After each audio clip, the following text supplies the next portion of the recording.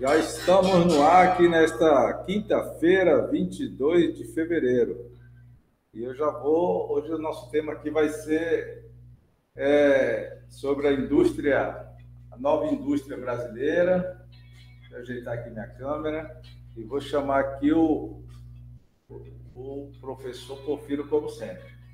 Ele já vai estar aparecendo aqui. Vou ligar o microfone dele e ele já está aqui. Boa noite, professor Porfiro. Boa noite, Brana. Tudo bem? Tudo bem? Como é que o senhor está? Tudo bem? Estamos aí, né? Vamos seguindo e o Vamos tempo não seguindo. para. Vamos seguindo. Eu estou só fazendo as configurações de praxe aqui e já vou perguntando ao senhor qual é o assunto que o senhor vai tratar hoje. É isso, Brana. Hoje nós vamos fazer uma síntese do programa de neoindustrialização lançado pelo governo Lula agora em janeiro, né? Denominado Nova Indústria Brasil, tá? Que é uma das políticas mais, né, vamos dizer assim, abrangente e densa em termos do futuro do nosso país. Certo. Então eu vou sair aqui da tela e já vou botar o senhor aqui para começar a falar. Tá bom? No Tá bom. finalzinho volta aí, professor. É isso aí, Brana. Ok, então vamos fazer essa apresentação. Hoje, como o Brana falou, é 22 de fevereiro, vai caminhando. Hoje, como eu já falei, vou fazer uma abordagem do plano de neoindustrialização, né, do governo Lula. E antes disso, né, vou só lembrar que na data de hoje, né, aniversário, no próximo slide, né, que o Brana vai colocar, que é aniversário, a ver se o Brana consegue colocar, né, o próximo slide aí, que é aniversário do Arthur Schopenhauer, né, que era, né, o filósofo mais pessimista que tinha, tá vendo? E por isso, né, que ele se torna né, das personagens interessantíssimas para que a gente possa compreender a natureza humana, a gente possa compreender esse mundo no qual nós vivemos, né? E eu coloquei uma das diversas frases, né, que são inúmeras frases, e eu coloquei essa daí, né, que eu acho que já leram, né, já deu tempo às pessoas fazer a leitura, mas eu também quero lembrar, Brana, que hoje, simbolicamente para o país, né, teve um acontecimento bastante importante, que foi a posse, né, do novo ministro do STF, o Flávio Dino. Né? Combinado com isso, ontem teve a posse, né, no Conselho de Ética da Presidência da República, da jurista Carol Proner, né, que é uma pessoa de uma capacidade incrível, tá vendo? Além de ser, né, a esposa do nosso fantástico, extraordinário Chico Buarque de Holanda. Tá? Dito isso, Brana, vamos para o nosso objeto, né, propriamente de hoje, tá? Que trata-se, né, que a gente vai tentando dar algumas informações ao longo da nossa apresentação. Né? Trata-se, né, da Nova Indústria Brasil, que foi lançada agora há um mês, né, exatamente há um mês, né, Brano? Dia 22, né, de janeiro, e ela é de responsabilidade, né, do Ministério, né, do Desenvolvimento, Indústria, Comércio e Serviços, né, que o ministro é o presidente, é o vice-presidente Geraldo Alckmin, né, sobre a coordenação é o ministro e o vice-presidente. Só para a gente fazer uma antecipação, tá vendo qual seria, né, o propósito, o objetivo dessa política, né, de a Nova Indústria Brasil? Seria estimular o progresso técnico e, consequentemente, a produtividade e competitividade nacionais, gerando empregos de qualidade, aproveitar melhor as vantagens competitivas do país e reposicionar o Brasil no comércio internacional, né? E aí eu quero só, né, fazer algumas coisas, está vendo que eu falei que eu estou, né, apresentando a, ela tem esse nome de Nova Indústria Brasil, mas também é chamado, né, de a política de neoindustrialização, tá, do governo brasileiro. E eu vou, né, só lá na frente, né, dizer o que significa neoindustrialização, só para não ficar vago assim. Né? O Breno vai passar para a próxima tela, né, para a gente ir pontuando, fazendo coisas para dar uma informação geral do que significa essa indústria. Ela foi, né, começou a ser trabalhada desde o ano passado, de julho do ano passado, e nesses 6, 7 meses, tá vendo? Apresentaram esse documento, está em desenvolvimento, e ela responde muito uma situação na qual o Brasil está enfrentando, né, que é o quê? Né? O Brasil hoje, tá vendo? Hoje ele tem uma participação, a participação da indústria de transformação no PIB é de apenas 10%, um pouco mais de 10%. Em 1988, essa participação chegava a quase 30%, era 28, alguma coisa por cento. Né? Isso, para nós, né, que não somos um país de desenvolvimento, tá? Isso é um desastre, né, porque isso desloca a nossa economia para a área de serviços, mas para serviços de emprego de baixa qualidade. Né? Emprego de baixa qualidade. Então, isso é um desastre. Você verificar, está vendo que o Brasil hoje, com essa participação na indústria de transformação de 10%, os Estados Unidos, que é um país mais desenvolvido, ainda está com a participação de 18%, não, menos, assim, 15% a 18%. A China está com a participação acima de 30%. A Alemanha, com a participação de mais de 20%. A Coreia do Sul, com mais de 32%. E nós, tá vendo, estamos numa posição desesperadora, né, com uma participação um pouco acima de 10%, que para nós isso é uma verdadeira tragédia, né, tratando-se de futuro do país. Né?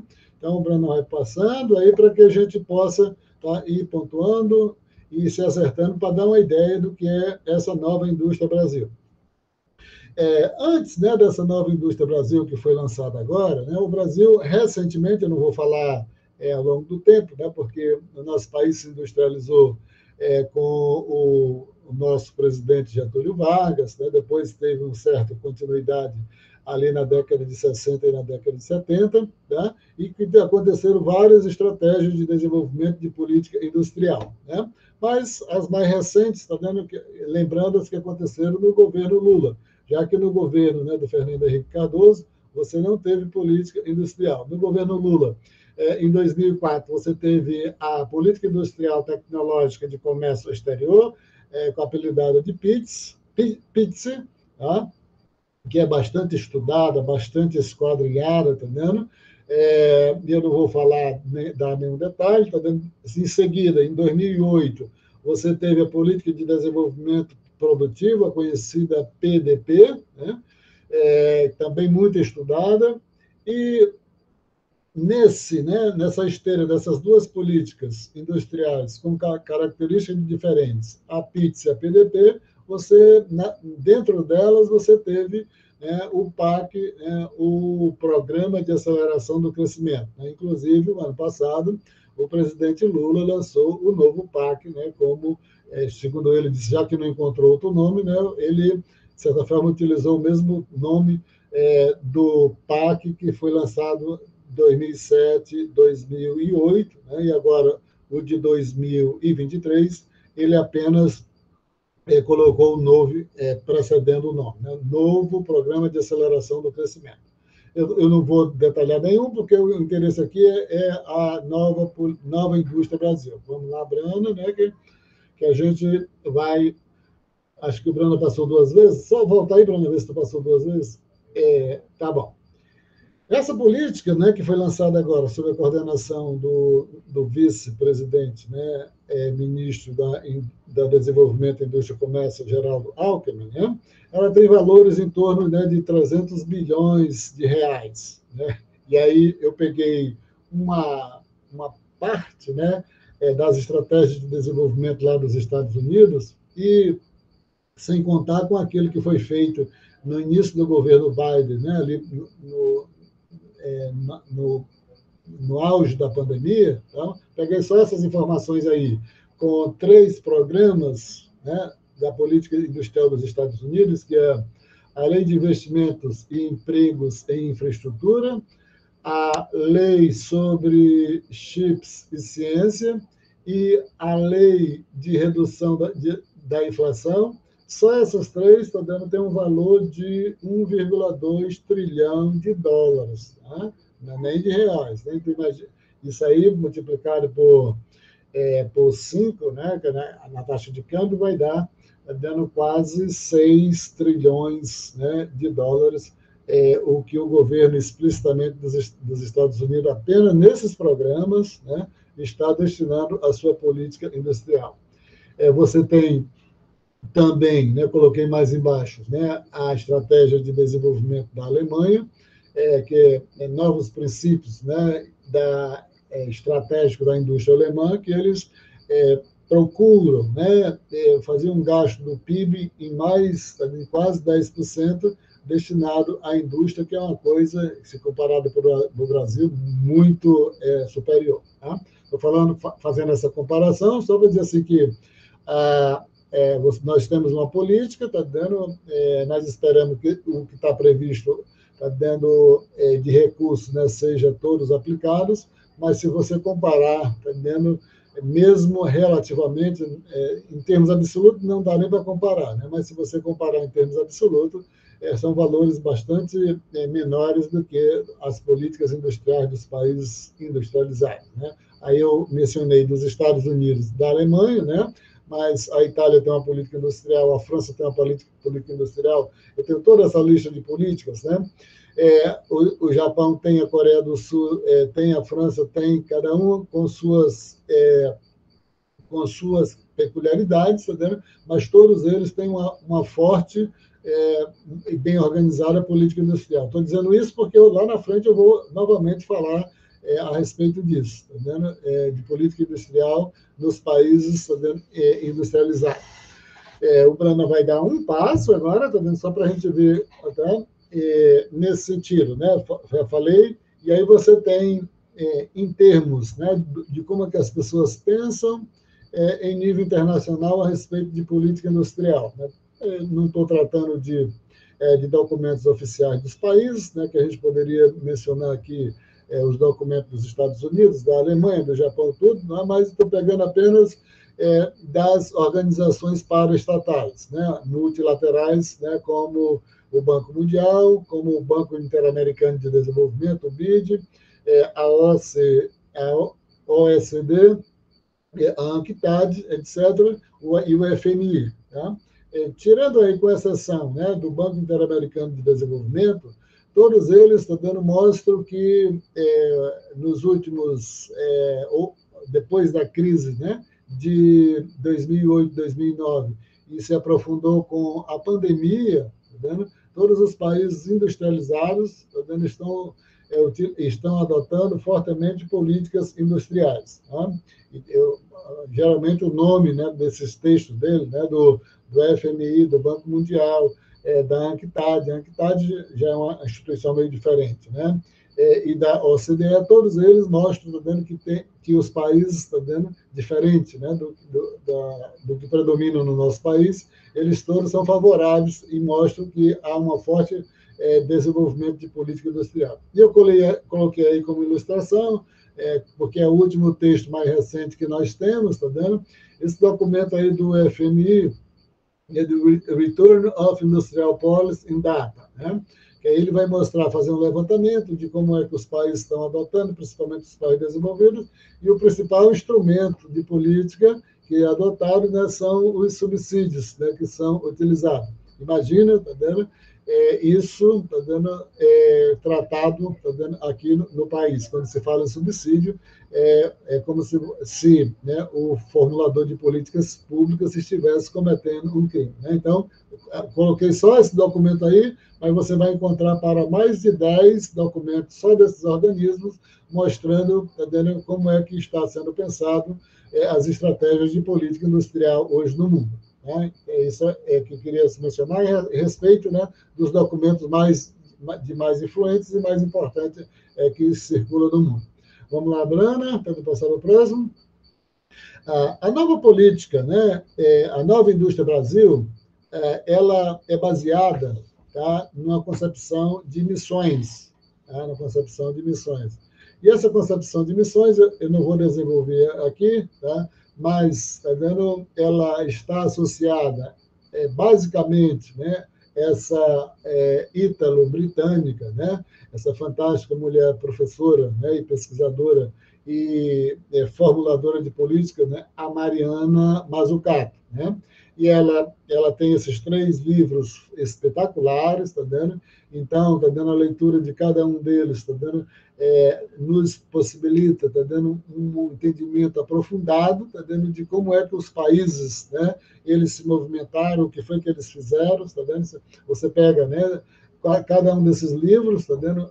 Ler os 3 é uma coisa, tá vendo, que inspira aquelas pessoas, tá vendo, que estão fora, né, da parte ortodoxa, tá vendo, e da oposição à política industrial, né? Você tem o primeiro livro, O Estado Empreendedor, você tem o segundo livro, O Valor de Tudo, e o segundo, que está associado mais diretamente à nova política industrial brasileira, que é esse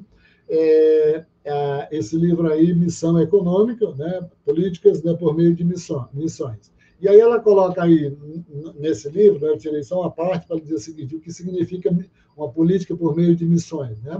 Você vai a concentração e foco, né, do investimento público e privado na resolução de problemas críticos, né, da sociedade. Né? Você vai detectar, né? Você tem um problema de desigualdade de renda, ou tem um problema de desemprego, ou tem um problema na área de saúde ou na área de educação, você constrói por meio de missão para atacar especificamente esse problema, e isso, tá vendo, é a base, tá vendo, a concepção pela qual, tá vendo, foi formulada agora essa nova indústria Brasil, né, que tem a sigla NIB, né, que foi orientada. Então, eu queria colocar só isso, tá vendo? Não dá para a gente falar sobre missões, o que é missão, tudo, porque nosso objetivo aqui é outro. Tá? E a nova indústria Brasil, ela está baseada aí em 4 eixos, ou 4 missões, né? Que, deixa eu ver se eu consigo ler aqui, está vendo essas 4? Dá para eu ler aqui, que são: primeira missão, atacar cadeias agroindustriais sustentáveis e digitais para a segurança alimentar, nutricional e energética. Segunda missão, complexo econômico industrial da saúde, resiliente para reduzir as vulnerabilidades do SUS e ampliar o acesso à saúde, né? Inclusive, eu estou orientando duas monografias, uma monografia aqui sobre complexo industrial de saúde. Terceira missão, infraestrutura, saneamento, moradia e mobilidade sustentáveis para a integração produtiva e bem-estar das cidades. E a quarta missão, transformação digital da indústria para ampliar a produtividade. Então, eu estou colocando assim, não dá para ir fazendo mais comentário devido à questão aqui do tempo, né? E aí você tem, eu coloquei do lado, tá vendo, uma questão que, para quem trabalha muito tempo, tá vendo, a respeito do que significa política industrial, tá? Você tem essas separações aí, né? Primeiro, política industrial horizontal e vertical, né, que é o primeiro passo, né, do entendimento, e eu coloquei especificamente aí, tá vendo, que essa política por missões baseada no trabalho da Mariana Mazzucato, tá vendo, ela tem políticas tanto de âmbito, né, do lado da demanda, como de âmbito do lado da oferta. Diferente, né, do que se defende hoje, que eu vou falar mais na frente um pouquinho, a respeito dentro da academia, dentro dos cursos de economia, que são visceralmente contra a política industrial com essas características, né, apresentadas pelo governo Lula, coordenada pelo vice-presidente Geraldo Alckmin. Eu vou colocar isso mais na frente, né? O Brana pode passar, tá vendo? Para eu ir combinando aqui. Pode passar. Tá legal. Aí eu queria fazer essa observação aqui, agora ficou melhor, que o Brana deixou mais amplo, né? Se você pegar no mundo, tá vendo? Você não tem nenhum exemplo de país que se industrializou sem uma política industrial. Presta atenção no que eu estou dizendo para o que eu vou dizer mais na frente. Não existe nenhum exemplo de país que se industrializou sem política industrial. Mesmo a Inglaterra, que tem uma industrialização originária, diferente da industrialização da Alemanha e dos Estados Unidos, que é uma industrialização tardia, e as outras industrializações, né, Japão, França e Itália, são consideradas retardatárias, né? Mesmo a Inglaterra, ela usou intensivamente políticas industriais, né? Com as características do que precisava naquele momento, já que eles não tinham competidores nem nada. Então, o que eu quero demarcar aqui, está vendo que nenhum país do mundo, tá vendo, mesmo os países que se industrializaram mais recentemente, como Coreia do Sul, Taiwan, Singapura, Tailândia, o Vietnã está se industrializando, a China está se industrializando com a brutal desigualdade de renda e o avanço extraordinário da China, né? Nenhum desses se modificou sem política industrial, né? O Brana vai passar para eu associar uma coisa aqui à outra, né? Só que você tem uma coisa agora, né? O governo lançou essa política, tá vendo? Dentro da Academia do Brasil, tá vendo? Estou falando dentro da academia, especificamente nos cursos de economia, tá? Os cursos de economias, eles não aceitam, tá vendo, políticas industriais, tá? O que foi que aconteceu quando o governo lançou essa política? Você teve, tá vendo, uma verdadeira blitz, tá vendo? Igual aquela blitz, né, que o Hitler fez, né, com bombardeio em Londres na Segunda Guerra Mundial, tá vendo? Então, quando o governo lançou, veio de forma orquestrada, tá vendo? Todos os colunistas dos jornais dos economistas criticando ferozmente, tá vendo, a política, dizendo, tá vendo, que é uma política que vai, vamos dizer assim, repetir o que já aconteceu, tá vendo, vai criar déficit público, etc, etc. Mas por que isso, né? Porque os nossos cursos de economia, né, que são baseados essencialmente por manuais, e principalmente os cursos da periferia, né, onde eu trabalho, não tem, tá vendo, estudos, né, ninguém estuda essas questões de política de desenvolvimento, né, política de desenvolvimento.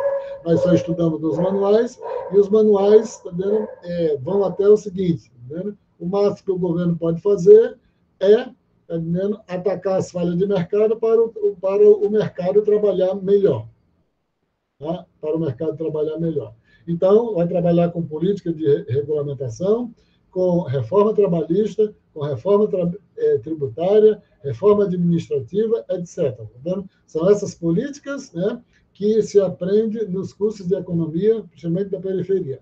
É evidente, né, que na USP, na Unicamp, na UFRJ, na Universidade Federal de Minas Gerais, tá vendo? Você tem uma equipe maior, tá vendo? E tem um grupo grande, tá vendo, de pessoas lá dentro que tem outra visão. Tá vendo? Mas nos cursos de economia propriamente dita, o que se aprende, tá vendo, é tudo, tá vendo, no sentido de ser hostil a você ter uma política industrial baseada em subsídios, baseada, tá vendo, em compras governamentais, baseado em investimentos maciços em ciência e tecnologia. Tá? Então, isso é muito sintomático, né? Porque se você pegar, tá vendo, isso até, de certa forma, me dá uma saudade e tudo, porque quase uma década, né, que eu convivi lá dentro da UFRJ, pessoas que trabalhavam, tá vendo, há 30 anos, 35 anos, tá vendo, nessa área de indústrias, tá vendo?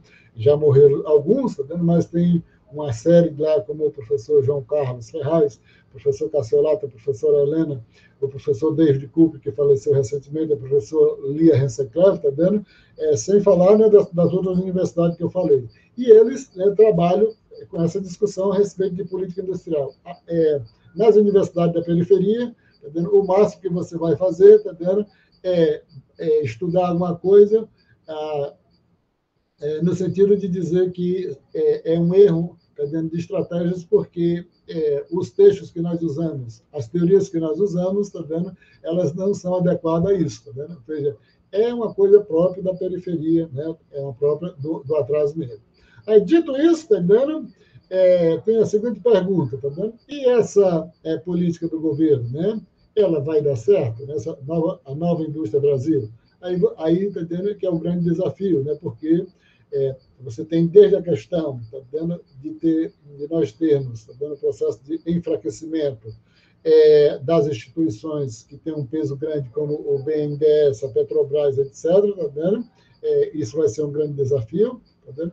Até o fato, tá vendo, de hoje em dia o Congresso ter um peso muito grande, tá vendo, para aprovar, tá vendo, para dar continuidade, para colocar em prática, tá vendo, as linhas gerais dessa política que foi gestada, que foi organizada, que vem desde, né, ali de maio, junho, que é chamada de neoindustrialização.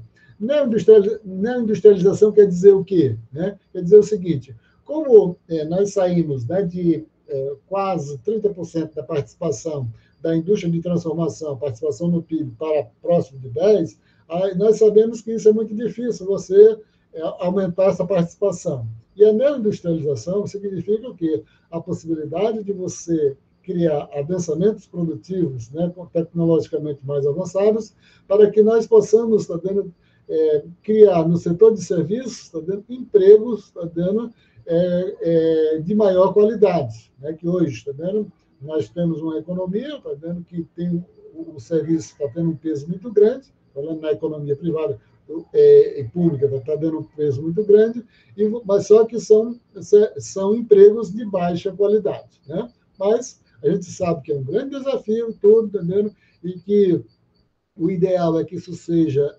implementado, seja colocado aí aprovado regras que, tá dando, seja permanente uma estratégia dessa, tá dando, para que a gente possa pensar no nosso futuro. Tá? Então, era isso, Brana, que eu queria apresentar hoje, tá vendo? Um tema, né, que não dá para a gente, vamos dizer assim, abordar tudo, porque ele é muito amplo, mas eu fiz de tudo no sentido de que se tem uma ideia, tá, do que é isso, que se tem ideia, tá vendo, os ataques que ela sofre, tá vendo, e se tem uma ideia, tá vendo, de como é que isso hoje pensado no mundo e qual foi a concepção, tá vendo, que baseou hoje, tá vendo, a nova indústria Brasil. Seria isso aí, Bruno. Pois é, professor. Então, a gente ainda não tem, digamos assim, uma certeza do que essas medidas do governo, essa intenção do governo pode dar, né? Há uma oposição muito forte, né? A imprensa brasileira, ela não tem voz própria, né? Ela fala pelos interesses que ela representa, né, professor? Então, eu já tenho visto aí, desde o início, quando o vice-presidente Alckmin fez o lançamento e tal dessa nova política industrial, de subsídio, de apoio do BNDES, eles caíram de pau em cima e já era previsível, né? E a gente fica sempre pensando o seguinte, é muito difícil a sociedade brasileira conseguir saber das coisas de fato se ficar apenas dependendo da imprensa brasileira, né? Então, é como a gente tentar compreender esse conflito, ou esse massacre lá na faixa de Gaza por Israel, ouvindo a imprensa brasileira. A gente não tem informação, né? A gente tem uma versão só de um lado, né, professor? Isso porque aí você está correto, além do fato, né, no caso que a imprensa, né, ela é apenas uma corrente de transmissão, como eu falei para você, né, onde deveria ter uma defesa, tá vendo? Você tem um massacre que é dentro dos cursos de economia mais convencionais, né, que você tem hoje, tá vendo, mais ortodoxos, né, como o que eu trabalho, né, e todos os cursos mais ortodoxos das universidades da periferia. O único local que você tem, de forma mais ampla, tá vendo, uma abertura para isso, é em Minas Gerais, no Rio de Janeiro, em Campinas, e uma parte da USP, uma parte da USP.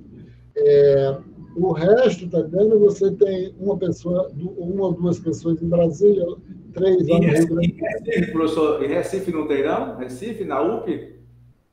Não, o curso de lá é bem ortodoxo. No entanto, tá vendo? Lá eles têm pessoas, tá vendo? Fora das universidades, dos governos, tá vendo? Então, os centros maiores, né? Eles têm essa vantagem, tá vendo? De ter uma pluralidade maior, de que o próprio governo, tá vendo? Tem gente, tá vendo? Suficiente para catalisar essas discussões, tá vendo? E defender certas coisas, tá vendo? É evidente que dentro de Pernambuco tem, mas não é hegemônico, como é na UFRJ, como é na Unicamp, como é na UFMG. Lá você vai encontrar 10%, tá vendo? O curso de lá é bem ortodoxo. É verdade. Professor, então, o assunto de hoje foi a nova indústria brasileira. Eu espero que isso tenha prosseguimento e o Brasil consiga, digamos assim, destravar, né, essa paralisia que houve na indústria brasileira, que está, digamos assim, precisando dar um upgrade, né? Você precisa avançar, né?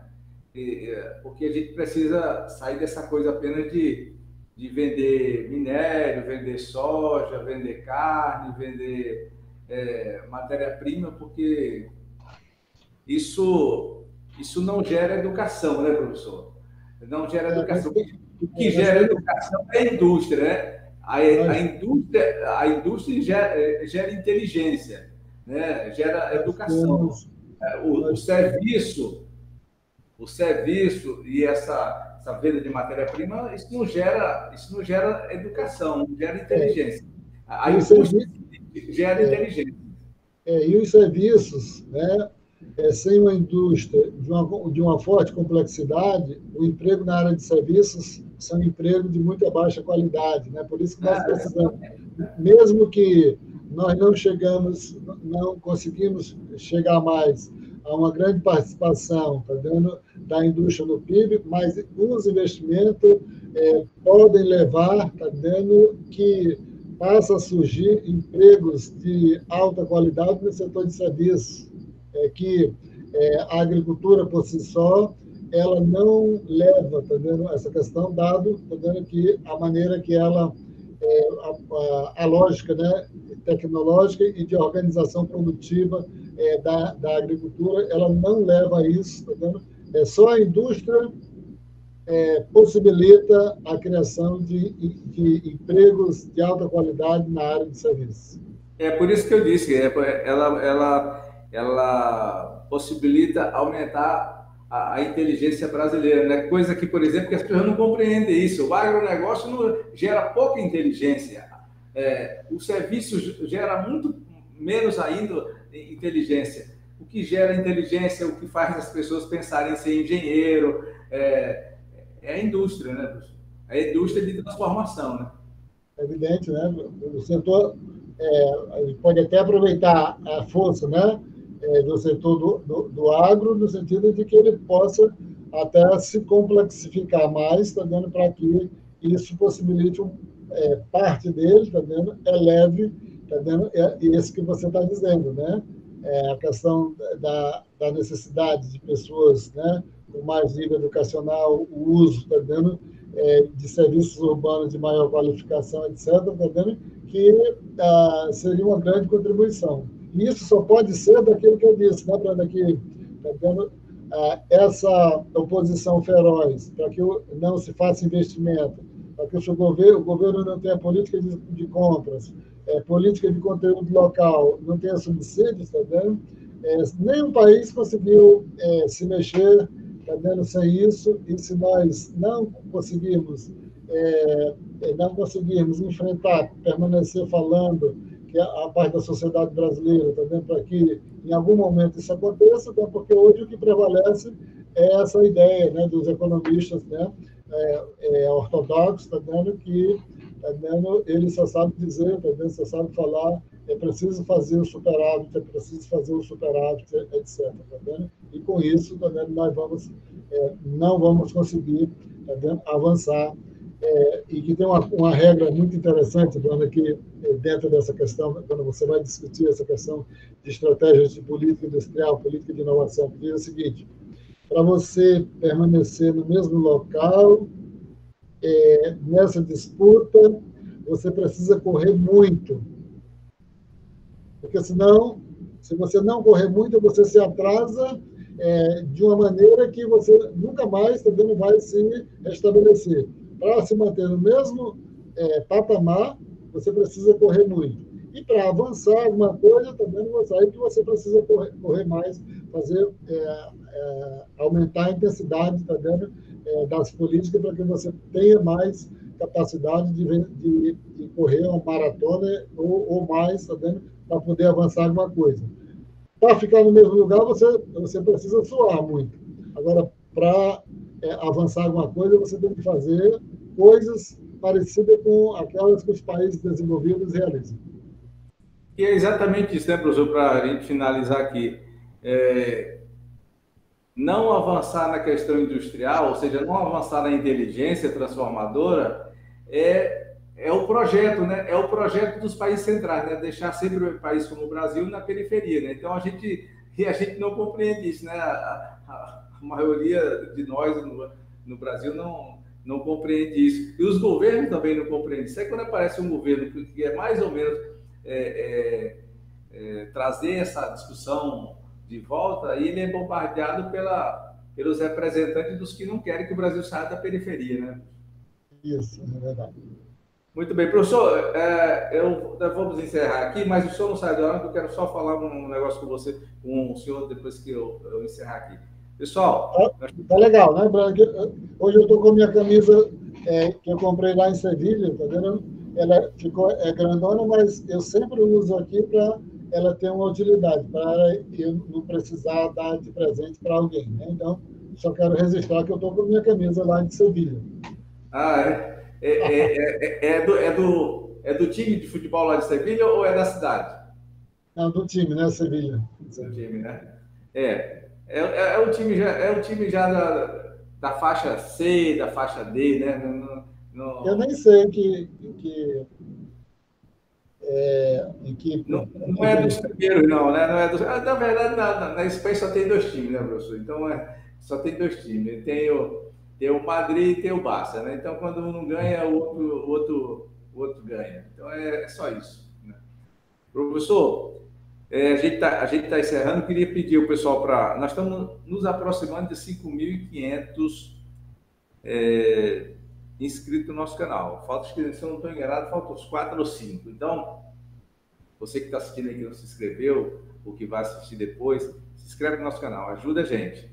E queria também dizer que no próximo sábado, aí por volta das 10 horas da manhã, meio da manhã, no sábado, dia 2 de março, nós vamos entrevistar aqui o jornalista Breno Altman, que é um jornalista conhecido no Brasil, do Opera Mundi, é um judeu que critica o governo de Israel contundentemente. Por conta disso, já responde pelo menos aí uns 6, 7, 8 processos da Federação Israelita aqui do Brasil. E nós vamos conversar com ele. Ontem ele lançou um livro lá em Brasília, o nome do livro é Contra o Sionismo, e a gente vai conversar com ele para poder entender um pouco o seu pensamento e também essa questão dessa guerra, não, que eu não chamo de guerra, porque guerra é quando os dois lados atiram um no outro. Parece que quando é só de um lado, não é guerra, né? Então, a gente pode dizer que é um bombardeio, um massacre, uma coisa terrível que